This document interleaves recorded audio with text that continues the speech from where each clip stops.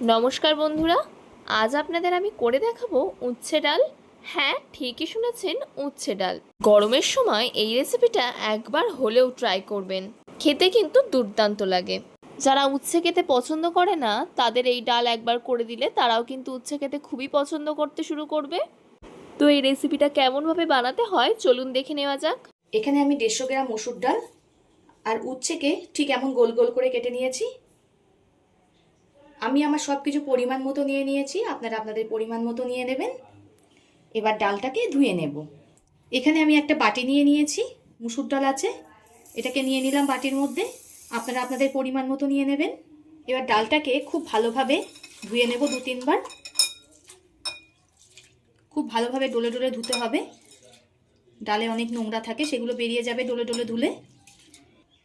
এভাবেই 2-3 বার ধুয়ে নেব। আমি এখানে ডালটা খুব ভালোভাবে ধুয়ে নিয়েছি, 10 মিনিট মতো ভিজিয়ে রাখবো। এই উচ্ছেতে দিয়ে দেবো অল্প করে লবণ, হলুদ গুঁড়ো। লবণ আর হলুদ খুব ভালোভাবে উচ্ছের সঙ্গে মিশিয়ে নিতে হবে। এই লবণ হলুদ মাখিয়ে রাখলে উচ্ছেটা খুব সুন্দর ভাজা হয়। উচ্ছেতে আমার লবণ আর হলুদ মাখানো হয়ে গেছে। যেহেতু রান্নাটা আমি উনানে করব, তাই উনানের জালটা ধরিয়ে নিয়েছি আর কড়াতে জল গরম হতে বসিয়ে দিয়েছি। জলটা গরম হয়ে গেছে আর যে ডালটা ভিজিয়ে রেখেছিলাম জল থেকে ছেঁকে ছেঁকে তুলে এই গরম জলের মধ্যে দিয়ে দেব। আমি এখানে কড়াইতে সেদ্ধ করছি, আপনারা চাইলে প্রেসার কুকারেও ডাল সিদ্ধ করে নিতে পারেন, কিন্তু কি বলুন তো, কড়াইতে একটু ডাল সিদ্ধ করলে খেতে বেশি ভালো লাগে, ওই জন্য আমি কড়াইতে সিদ্ধ করে নিচ্ছি। সব ডালগুলো আমি দিয়ে দিয়েছি। আর যে ভিজিয়ে রেখেছিলাম সেই ডালের জলটা কিন্তু দেব না, সেটা ফেলে দেব। এবার ডালটা একটু সিদ্ধ করে নেব। এখন লবণ দেব না, লবণ আর হলুদ একটু পরে দেব। লবণ আর হলুদ পরে কেন দেব সেটাও আপনাদের বলে দিচ্ছি। এই ডালের যে ওপরের গ্যাঁজাগুলো হয়েছে সেগুলো ফেলে দেব।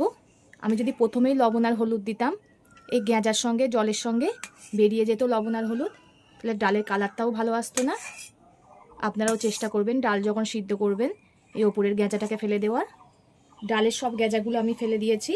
এবার এতে দিয়ে দেব ছোটো চামচের 1 চামচ লবণ, হলুদ গুঁড়ো। ডাল সিদ্ধর সময় একটু হলুদ দিলে ডালের কালারটা কিন্তু খুব সুন্দর আসে বন্ধুরা। এবার ডালটা খুব ভালোভাবে সিদ্ধ করে নেব। ডালটা খুব ভালোভাবে সিদ্ধ করে নিয়েছি, হাই হিটে 10 মিনিট মতো ফুটিয়ে নিয়েছি, তাতেই খুব ভালোভাবে সিদ্ধ হয়ে গেছে। আমি একটা হাতার সাহায্যে ঠিক এমনভাবে নেড়ে দেব।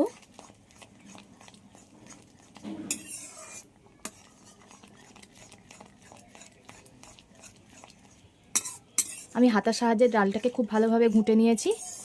ঠিক এমনভাবে একটু ঘুঁটে নিলে তার ডালে একটা মাখো মাখো ভাব চলে আসবে। এবার এতে দিয়ে দেব অল্প করে জল। জল দেওয়ার পরে একটুখানি ফুটিয়ে নিয়েছি ডালটা, এবার নামিয়ে নেব। আমি ডালটা নামিয়ে কড়াটা আবার গরম হতে বসিয়ে দিয়েছি। এতে দিয়ে দেব সর্ষের তেল।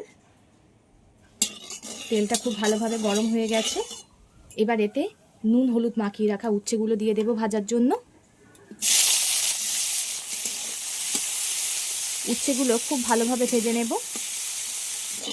উচ্ছেটা কিন্তু আমি খুব ভালোভাবে ভেজে নিয়েছি। এবার নামিয়ে নেব। ওই কড়ার মধ্যে আবার একটু তেল দিয়ে দেব। গরম তেলের মধ্যে দিয়ে দেব একটা শুকনো লঙ্কা, অল্প করে সাদা সর্ষে আর একটা বড় সাইজের পেঁয়াজ কুচি। পেঁয়াজটাকে একটু ভেজে নিতে হবে,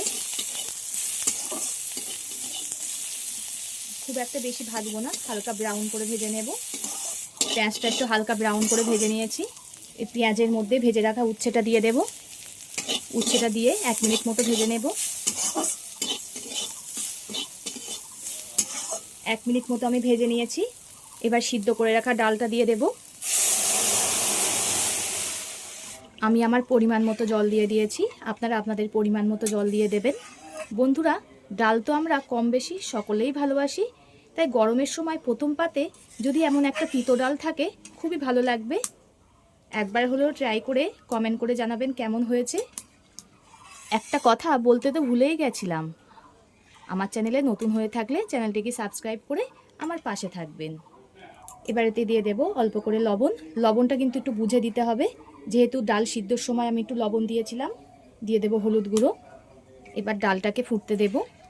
আমার বন্ধুরা কে কোথা থেকে দেখছেন কমেন্ট করে জানাবেন, তাহলে আমি বুঝতে পারবো আমার বন্ধুরা কোথা থেকে দেখছে। আর আপনারা এত সুন্দর সুন্দর কমেন্ট করেন, আমার পড়তে খুবই ভালো লাগে। এভাবে পাশে থেকে সাপোর্ট করার জন্য সকলকে অসংখ্য ধন্যবাদ। ডালটা খুব ভালোভাবে ফুটে গেছে। এবার এতে দিয়ে দেব অল্প করে চিনি। চিনিটা আমি আমার স্বাদ মতো দিয়ে দিলাম, আপনারা আপনাদের স্বাদ মতো দিয়ে দেবেন। আবারও ডালটাকে ফুটিয়ে নেব। সব মিলিয়ে আমি 15 মিনিট মতো ডালটাকে ফুটিয়ে নিয়েছি।